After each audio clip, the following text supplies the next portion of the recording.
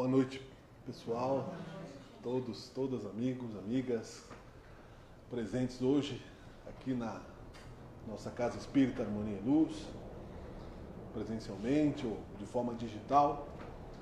É um prazer estar aqui, muito obrigado pela oportunidade que vocês estão nos dando de ouvirem aquilo que nós temos como intenção, que é divulgar a mensagem, do Evangelho de Jesus, baseados nos conceitos da doutrina espírita cristã.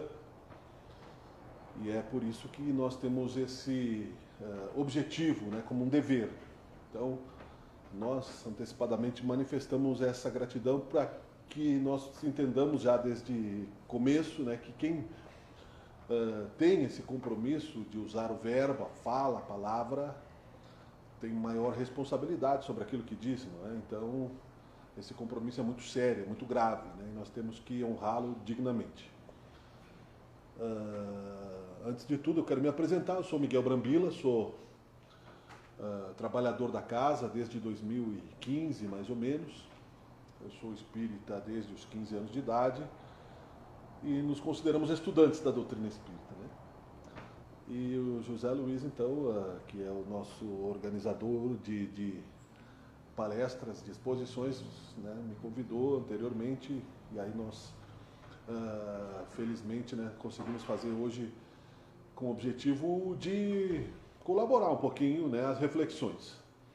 Então, para que a gente possa ter lucidez nas ideias que serão transmitidas através dessa ferramenta que é a palavra, que ela é milagrosa, obra de Deus, poder do verbo, eu vou solicitar que nós façamos uma oração juntos, bem calmamente, fechemos os nossos olhos, sem nenhum tipo de ligação com os nossos sentimentos negativos. Vamos colocar a nossa consciência numa posição de confiança, tendo a certeza de que a energia de Deus está presente nesse momento. Nós te pedimos, Senhor, através de Jesus Cristo, nosso irmão maior, que esteve conosco fisicamente e aqui está presente através da sua irradiação, do seu raio de luz, que juntos nós possamos nos transformar um pouquinho, que seja nesses instantes. Te pedimos a tua proteção, a tua orientação e a tua luz para este momento, que seja feita a tua vontade, que assim seja. Eu não sei como é para cada um o encontro com a religião, mas no caminho que cada um faz, os objetivos são bastante pessoais. Porém, a religião nos liga num ser maior que no Espiritismo, como em outras religiões, nós entendemos como sendo Deus, o Pai Criador, que não foi criado. Essa é a primeira questão do livro dos Espíritos, que Allan Kardec teve a curiosidade de perguntar, através do exercício da mediunidade, quem é Deus? E ali, numa, claro que breve escolha de palavras, porque seria infinita possibilidade de se pensar sobre a personalidade de Deus, tanto é que até hoje existem muitas perguntas sobre isso, algumas ainda sem resposta intelectual, mas baseadas na nossa intuição de que somos realmente consciência divina, partes de Deus, filhos de Deus. Dizem os Espíritos que Deus é a inteligência suprema e o amor infinito. Duas asas do Espírito que, do ponto de vista da doutrina espírita, nos ficará mais claro, pelo menos para que a gente nos reflita diante do espelho da nossa própria consciência, de onde viemos e para onde nós estamos indo. Isso parece, para quem faz uma viagem, como é a encarnação, essencial na busca da felicidade, na busca da estabilidade após a conquista de alguma felicidade. Na certeza de que nós não vamos simplesmente ficar navegando à mercê do caos, da sorte ou do azar, e de que não há uma proteção, inclusive, diante daquilo que nós não podemos interferir, modificar, né? Porque nós temos poderes limitados, mas são poderes divinos, que nos manterão vivos eternamente e que nos trazem, por isso, esperança, motivação, coragem, né? Não vai nos tirar, por passe de mágica, o contraditório disso. E é por isso que eu escolhi um tema bem ousado até, eu diria, corajoso até demais, mas do ponto de vista pessoal, que são os desafios que nós temos na nossa administração pessoal, nas relações que temos com tudo que nos cerca, mas principalmente, né, as nossas relações emocionais, de trabalho, de família, né, de amores, os desafios do orgulho, da alma orgulhosa e o significado de perdoar, né? Porque o perdão esteve, né, em todas as parábolas de Jesus. A maior parte do tempo Jesus falava sobre amor e perdão. E nós ainda estamos encarnados, queiramos ou não, esperneemos o quanto for do nosso desejo, né, das nossas vontades, muitas vezes infantilizada pela nossa indisciplina, né, que aliás foi o tema da exposição da irmã Joana ontem, né, nessa quarta-feira. Estamos encarnados por determinação de Deus. Nós escolhemos estar, não diria presos, né, mas com a oportunidade de estarmos em um corpo físico que temos a obrigatoriedade de administrar como um empréstimo de Deus e que teremos que prestar conta do tempo que fizemos no uso dessa ferramenta, que é a encarnação, o corpo físico. Encarnação, aliás, é uma palavra que outras religiões também usam. Estamos encarnados. Mas os espíritas e outros tantos que compreendem um pouco diferente a questão somente da carne, nós estamos reencarnados. E por isso, já temos aí, como se tivéssemos, né, em anos escolares diferentes, aquele caderninho lá do ano passado que ficou com a lição mal resolvida, aquela gambiarra na prova que nós colamos para passar, né, e fomos empurrando com a barriga, defeitos, né, de caráter que nós fomos trazendo vida após vida e deixando de lado, enganando talvez a nós mesmos, na figura pública dos nossos desejos, que nos leva ao movimento pela necessidade que nós temos na carne, de comer, de nos protegermos do frio, da fome, das necessidades do corpo, né, no instinto de reprodução, no abuso, né, dele muitas vezes, das carências que nós mal usamos através do egoísmo que nos impulsionou ao mau uso do livre-arbítrio. Percebemos que o nosso jardim espiritual, a nossa consciência habitando um corpo físico, parece às vezes bem bagunçadinho, né? Entre aquela planta que cresce no jardim, entre as formigas que comem as flores, entre a erva daninha, como se fala muito, né, classicamente, na grama, e nós simplesmente nos tornamos omissos por indisciplina e esperamos a dor. E como vem a dor? Porque quando está tudo bem não precisa da religião, né? Amar a quem nos ama, né? Amar a nossa mãe que nos deu, né, tudo que podia como amor, enquanto a nossa consciência rebelde não desperta, é bem fácil. Amar quem nos ama, né, e nos dá tudo aquilo de si para nos satisfazer as vaidades da paixão, do desejo, é bem tranquilo. Mas amar como Jesus amou, né, como se diz, né, viver como Jesus viveu, e perdoar aqueles que o atacaram, né, violentamente porque não sabiam o que faziam, como ele mesmo disse, é um símbolo para o nosso dia a dia, resguardadas as proporções da nossa existência, porque, só para citarmos, já que falamos, né, de vidas anteriores ao corpo físico, que é assim que Jesus ensinou, né, que apenas pela reencarnação nós poderemos atingir a perfeição relativa, imagem e semelhança daquele Deus supremo que nós citamos antes, que está no livro dos Espíritos, que é o nosso Pai Criador, perfeito desde sempre, que nunca deixou de ser menos que é.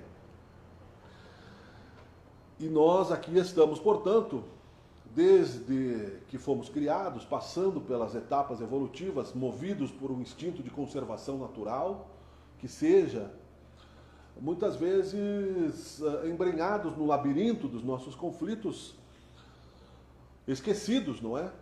Do amor. Quando estamos no alto da ilusão material, ou da beleza física, ou do poder, ou do dinheiro neste plano, né? Nós espezinhamos. Os impérios caíram por causa da corrupção, da perversidade.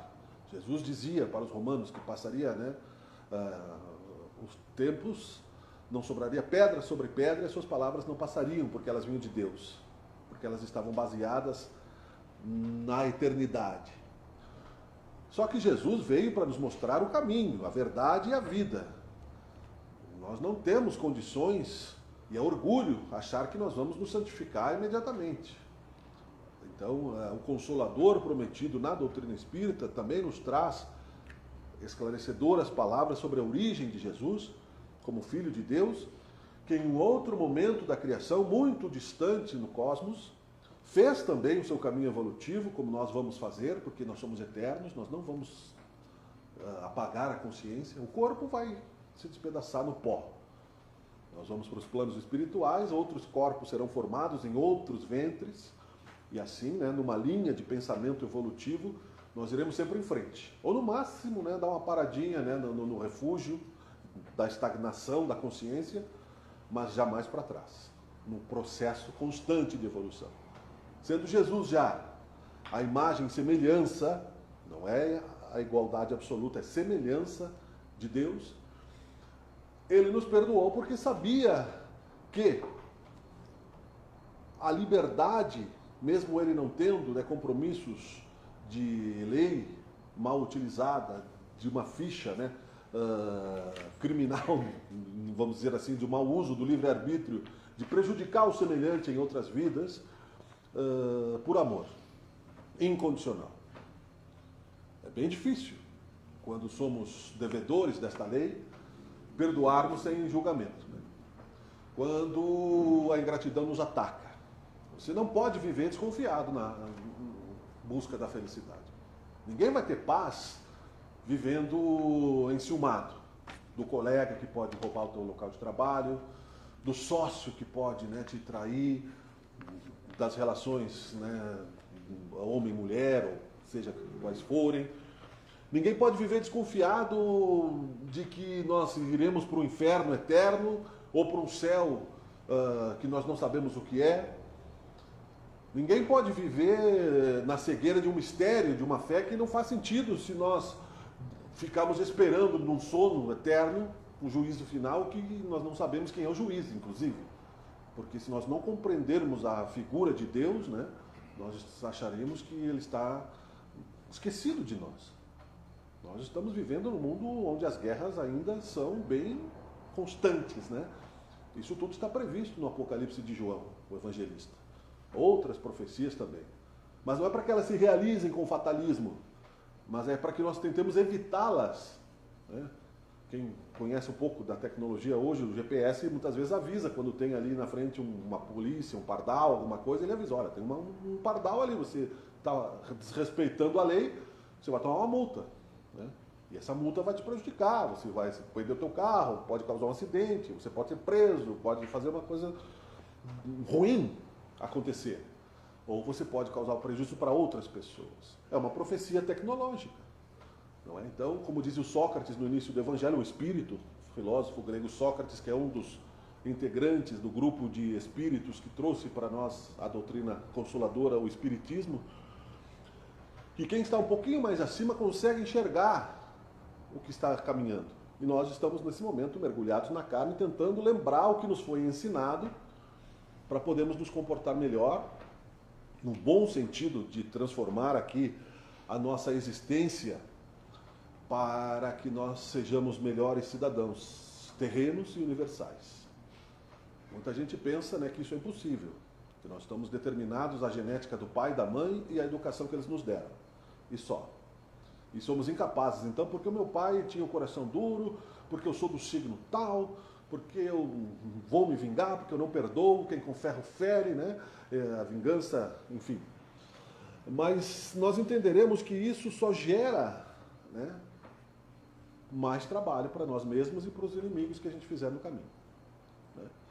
Porque a justiça de Deus, e o Evangelho se dedica a um capítulo inteiro sobre a justiça de Deus, nos fala que a reencarnação nos coloca em cada posição que nós nos encontramos pelo poder do pensamento, pelo poder dos sentimentos, pela lei que é universal, onde o semelhante se atrai, então normalmente também se curam. Né? Então nós vemos aí no mundo que nós estamos na segunda série da escala evolutiva, vamos dizer assim. Planetas primitivos, um planeta de provas e expiações. Ainda nós temos um mundo de regeneração, depois mundos relativamente felizes, mundos ditosos, mundos angelicais e livres depois de reencarnações. Mas nós podemos ir para trás também, nós podemos ir para frente, sem perder o patrimônio emocional, intelectual que aprendemos ao longo deste período, desta necessidade de estarmos aqui exercitando o tempo que nós estamos. Seria bom ficar na zona de conforto como criança e ficar ali até a adolescência, quando depois nós temos que trabalhar, nós temos que enfrentar o mercado de trabalho, nós começamos a envelhecer, né, perceber que nós vamos envelhecer. A minha avó dizia isso sempre, né, e nós aprendemos, né, para ver. Quem não envelheceu morreu antes, né, ou desencarnou, morrer ninguém vai, mas... Então, é um respeito que nós temos que ter ao desejo que Deus nos deu. Conquistamos a aposentadoria, conquistamos a matéria que queríamos, sonhos materiais, e vamos ter que abandonar. Ou gastar em remédios, ou né, os dentes ficam fracos às vezes. Isso quanto nós temos uma vida medianamente, né, equilibrada, né, materialmente. Às vezes, bem pior que isso. E Jesus dizia, então, que era preciso buscar primeiramente o reino de Deus e o resto que nos fosse dado por acréscimo. Então, pensar sobre orgulho e perdão precisa que nós tenhamos esse contexto mais claro. Porque se pensarmos somente do ponto de vista material, não faz sentido, né? A ética. Seria justo até a vingança, porque eu vou morrer, eu vou perder a chance de me vingar. Né? Porque o orgulho nos torna soberbos. Né? O orgulho nos faz achar que nós somos força. E o amor não é força. O amor é compreensão. Né?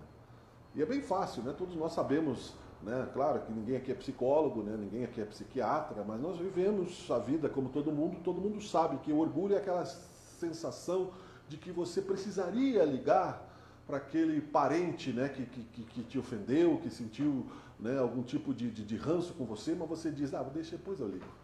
Ele pode estar precisando daquela ligação. Quando você lembra, né, aquela saudade, né, você pensa, não, eu vou... Pais, nossa, eu sou pai, né, já sou quase avô. Pensamos quando os filhos não nos procuram, ele não me liga, eu não vou ligar. Né? Mas, por que não ligar? O filho vai achar, né, que você está se humilhando, né, que você está se curvando, né? Então o pai sofre porque o filho não liga, né? E o filho fica à mercê de receber uma palavra de carinho, de amor e de compreensão. Então, desafios como esses, para encaminharmos assim, apenas um clarão, não é? De sugestão de que observemos isso em nós, precisam ser colocados no ponto de vista da eternidade. Do ponto de vista que o Espiritismo não é simplesmente uma religião de milagres que vai através do passe curar doenças, que vai nos dar liberdades, né, que nós não merecemos, mas Ele vai nos dar um consolo de entender que quando nós sentirmos a necessidade de amar, a primeira coisa que nós vamos precisar fazer é não esperar a perfeição de quem nós amamos, seja quem for, porque as feridas virão. E eu ouvi isso, né, da boca de uma irmã pastorinha, que é minha amiga, uma senhora de 80 anos, que escreve mensagens muito legais, que o perdão é uma questão que só depende de nós. Porque nós deixamos muitas vezes, né, pessoas, por um erro, por algo, uma escolha infeliz de alguém que é querido por muito tempo em nossas vidas, simplesmente nós eliminamos, suportamos, né, como pedras à distância, a solidão, porque somos incapazes, né, de nos desprender do prejuízo que achamos que sofremos ao sermos ofendidos de alguma forma. E aí ela quantificou dessa forma que me ficou até mais claro. Nós, quando nos ofendemos por alguma razão, achamos que sofremos um prejuízo, que precisamos cobrar como uma dívida material, como um custo. Enquanto não nos vemos o outro sofrer, aquele que nos ofendeu, nós não estamos satisfeitos. Isso não é humildade, isso é orgulho. E é um desafio que precisa ser pensado.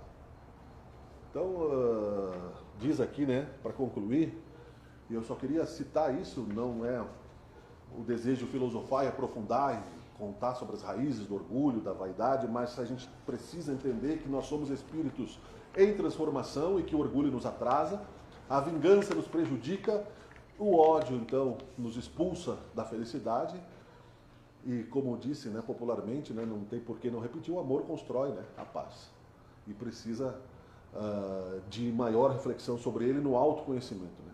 Eu amo meus pets, né? Eu amo meus filhos, né? Eu amo a mim mesmo, né? Quando eu estou bem, né? Mas se alguém se atravessa na minha frente no trânsito, será que eu amo o meu semelhante da mesma forma? Pelo menos para não passar por cima dele, né? Com o pensamento, né? Que poderia ser bem, com a maldição. Toda religião que não torna o homem melhor não atinge o seu objetivo. Allan Kardec, que é o codificador da doutrina espírita.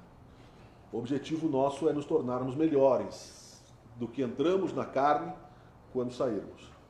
O orgulho é um dos principais entraves da nossa consciência, porque nós vemos pelo orgulho, né, o pequeno delito do outro. Jesus disse, né, a gente vê o cisco no olho do outro e temos uma trave tapando a nossa própria hipocrisia, né? É um desafio, mas podemos superar com oração e com recomeço, né? O perdão é uma ação, não é algo que você vai receber como um pacote pronto. É uma ação da vontade, consciente. Espero, né, que fique um pouco de sugestão para que nós reflitamos juntos sobre isso. Eu agradeço a concentração de todos, o silêncio, aos irmãos espirituais que estão aqui presentes também. E que nós possamos, numa oração também, novamente, nos olhos fechados, com suavidade, emanarmos essas irradiações para os lugares que estão em guerra por orgulho, pela falta de compreensão, por vaidade e por desamor. Ajuda-nos, Senhor, a fazermos a nossa parte e irradiarmos amor onde estejamos, né? Que seja suficiente a nossa parte para que numa corrente o mundo que fizemos por Ti seja melhor amanhã do que aquele que fizemos até aqui. Muito obrigado a todos, muito obrigado pela oportunidade e até a próxima oportunidade. Boa noite.